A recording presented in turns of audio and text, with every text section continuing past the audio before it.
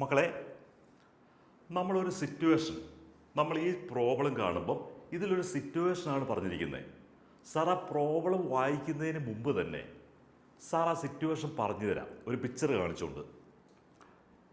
ഇവിടെ നമുക്ക് ഒരു സർക്കിൾ, ഈ സർക്കിളിലേക്ക് ഒരു കമ്പിയുടെ മൂല ഇത് സെൻറ്ററിലേക്ക് ഇങ്ങനെ വളഞ്ഞു നിൽക്കുവാണ്.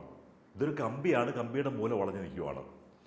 എന്നിട്ട് അവർ പറയുന്ന ഇത്രയേ ഉള്ളൂ, ഈ സർക്കിളിൻ്റെ 1/10 പോർഷൻ, സർക്കിളിൻ്റെ 1/10 പോർഷൻ ഇതിനകത്ത്, ഈ സർക്കിളിനകത്തുണ്ട്. അതായത് ഈ കമ്പി ഇങ്ങനെ നിൽക്കുമ്പം ആ കമ്പിയുടെ പോർഷനകത്ത് സർക്കിളിൻ്റെ 1/10 പോർഷൻ പെട്ടിട്ടുണ്ട്. അങ്ങനെയാണെങ്കിൽ ഈ സർക്കിളിനെ നമ്മൾ അടുത്തൊരു പിക്ചറിലേക്ക് കൊണ്ടുവന്നാൽ, ഈ രീതിയിൽ സർക്കിളിനെ ഇങ്ങോട്ട് കൊണ്ടുവന്നാൽ, സർക്കിളിനെ ഇങ്ങോട്ട് കൊണ്ടുവന്നു, അങ്ങനെയാണെങ്കിൽ എത്ര പോർഷൻ ആയിരിക്കും അതിലേക്ക് വരുന്നത്? ഇതാണ് ക്വസ്റ്റ്യൻ. അതായത് സർക്കിളിൻ്റെ സെൻറ്ററിൽ ഒരു കമ്പി ഇങ്ങനെ വളച്ചു പിടിച്ചാൽ 1/10 പോർഷൻ ഉണ്ട്. ആ സെൻറ്ററിനെ ഇതിനെ ഇങ്ങോട്ട് വലിച്ച് ഇവിടെ കൊണ്ടുവന്നു കഴിഞ്ഞാൽ ഇവിടെ സർക്കിളിൻ്റെ എത്ര പോർഷൻ ഉണ്ടാവും? ഇതാണ് ക്വസ്റ്റ്യൻ. അതായത് നമുക്കറിയാം 360 ഡിഗ്രി, ഈ 360 ഡിഗ്രിയാണ് ടോട്ടൽ. അപ്പം ഇവിടെ സർക്കിളിൻ്റെ 1/10 പോർഷൻ ഉണ്ടെങ്കിൽ നമുക്ക് ആംഗിൾ എത്ര വരും? ആംഗിൾ ഇവിടെ 36 വരും. ഇനി ഇതിനെ വലിച്ച്, ഈ കമ്പീനെ ഇങ്ങനെ വലിച്ച് ഇങ്ങോട്ട് കൊണ്ടുവന്നു കഴിഞ്ഞാൽ ഈ ആംഗിളിൻ്റെ വ്യത്യാസമൊന്നും വരികയില്ല. ഈ ആംഗിൾ 36 തന്നെ ആയിരിക്കും. പക്ഷെ അങ്ങനെ വരുമ്പം സെൻറ്ററിലെ ആംഗിൾ എത്രയായിരിക്കും? നമുക്കറിയാം ആർക്കിൽ 36 ആണെങ്കിൽ സെൻറ്ററിൽ 72 വരും. അങ്ങനെ വരുമ്പം 360 എന്ന് പറയുമ്പം 360ൽ 72 എന്ന് പറഞ്ഞാൽ 1/5 ആണ്. 360ൽ 72 എന്ന് പറഞ്ഞാൽ ഈ കേസിൽ 1/5 പോർഷൻ ഓഫ് ദി സർക്കിൾ ഇതിനകത്ത് വരും. ഇനി മറ്റൊരു ക്വസ്റ്റ്യനും കൂടി വരുന്നുണ്ട്. മറ്റൊരു സർക്കിളിലേക്ക്, ഈ സർക്കിൾ അല്ലാതെ മറ്റൊരു സർക്കിളിലേക്ക് ഇതുപോലെ കൊണ്ടുവന്നാൽ എത്ര പോർഷൻ വരും? മറ്റൊരു സർക്കിളിലേക്ക് കൊണ്ടുവന്നു കഴിഞ്ഞാൽ ആ സർക്കിളിൻ്റെ 1/5 പോർഷൻ വരും. ആ സർക്കിൾ ചെറുതാണെന്നേ ഉള്ളൂ. ഇത്രയേ ഉള്ളൂ സംഭവം. ഇനി ക്വസ്റ്റ്യൻ വായിക്കുമ്പോൾ മക്കൾക്ക് പെട്ടെന്ന് പിടികിട്ടും. ക്വസ്റ്റ്യൻ നോക്കിയേ. When the corner of A bend wire, ഒരു കമ്പി, ഒരു വളഞ്ഞ കമ്പി, bend wire was placed at the centre of A circle, 1/10 of the circle was contained within it. അതായത് ഒരു കമ്പി രണ്ടായി മടക്കി അതിൻ്റെ മൂല ഒരു വൃത്തത്തിൻ്റെ കേന്ദ്രത്തിൽ വെച്ചപ്പോൾ, അതായത് ഒരു കമ്പി രണ്ടായിട്ട് മടക്കി ഇങ്ങനെ അത് വൃത്തത്തിൻ്റെ കേന്ദ്രത്തിൽ വെച്ചു. കേന്ദ്രത്തിൽ വെച്ചപ്പോൾ വൃത്തത്തിൻ്റെ 1/10 ഭാഗം അതിനുള്ളിൽ പെട്ടു. അതാണ് ഈ പറഞ്ഞിരിക്കുന്നത്. ഈ വൃത്തത്തിൻ്റെ 1/10 പോർഷൻ അതിനുള്ളിൽ പെട്ടു. അപ്പം തന്നെ നമുക്കറിയാം മൊത്തം ഇത് 360 ആണ്. ഈ റൗണ്ട് മൊത്തം 360 ആണ്. അതിൻ്റെ 1/10 എന്ന് പറയുമ്പം ഈ പോർഷൻ്റെ ആംഗിൾ, ഇവിടെ വരുന്ന ആംഗിൾ 36 ഡിഗ്രി ആയിരിക്കും എന്ന് നമുക്കറിയാം. ഇനി ക്വസ്റ്റ്യൻ എന്താണ്? If the corner of this wire is placed on a point of the circle as in the second picture. അവരൊരു പിക്ചർ തന്നിട്ടുണ്ട്. രണ്ടാമത്തെ പിക്ചറിൽ ഇത് ഇങ്ങനെയാണെങ്കിൽ ഇതിനെ വളച്ചിട്ട് ഇതിനെ ഇങ്ങോട്ട് വലിച്ച് ഇത് ഇങ്ങോട്ടിട്ടു. ഇങ്ങനെ വന്നാൽ, അതായത് ഇതേ കമ്പിയുടെ മൂല വൃത്തത്തിലെ ഒരു ബിന്ദുവിൽ ചേർത്ത് വെച്ചാൽ, ഇപ്പോൾ ഇത് വൃത്തത്തിലെ ഒരു ബിന്ദുവിലേക്കാക്കി. നേരത്തെ ഈ കമ്പിയുടെ മൂല സെൻറ്ററിൽ ഇരിക്കുമായിരുന്നു, വൃത്തത്തിൻ്റെ സെൻറ്ററിൽ നടുഭാഗത്തിരിക്കുമായിരുന്നു. ഇപ്പം വൃത്തത്തിലെ ഒരു പോയിന്റിലേക്ക്, ബിന്ദുവിലേക്ക് കൊണ്ടുവന്നു.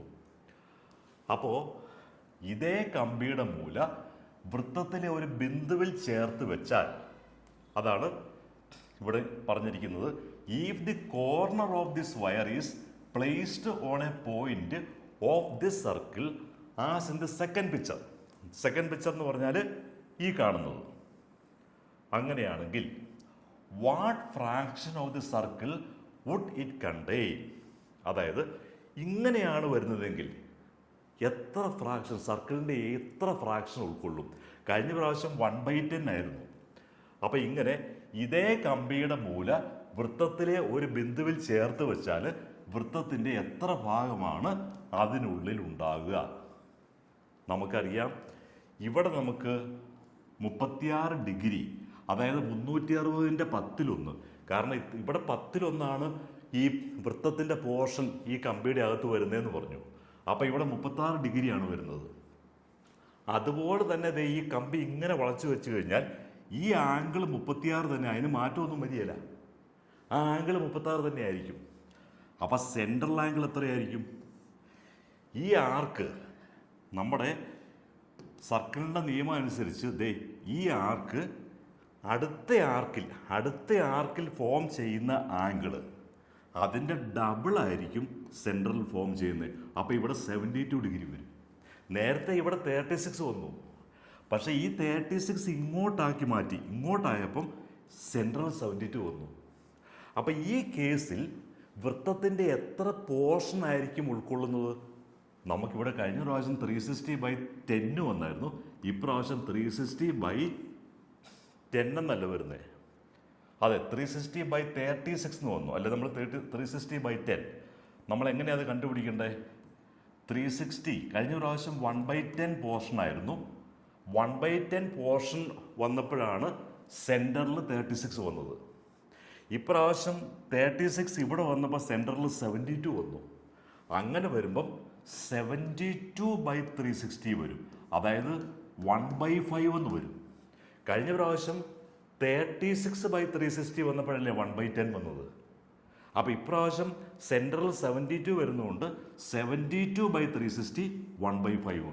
കഴിഞ്ഞ പ്രാവശ്യം 36/360 ആയിരുന്നു, അതുകൊണ്ട് 1/10 കിട്ടി. ഇപ്രാവശ്യം 72, ഇവിടെ 36 വന്നതുകൊണ്ട് ഇവിടെ 72 വരും. അപ്പോൾ 72/360 1/5 വരും. ഇനി ഒരു ക്വസ്റ്റ്യനും കൂടി അവർ ചോദിച്ചിട്ടുണ്ട്. ഈ സർക്കിൾ അല്ലാതെ ദേ what if it is placed at a point on another circle as in third picture. അവർ മൂന്നാമതൊരു പിക്ചർ തന്നിട്ടുണ്ട്.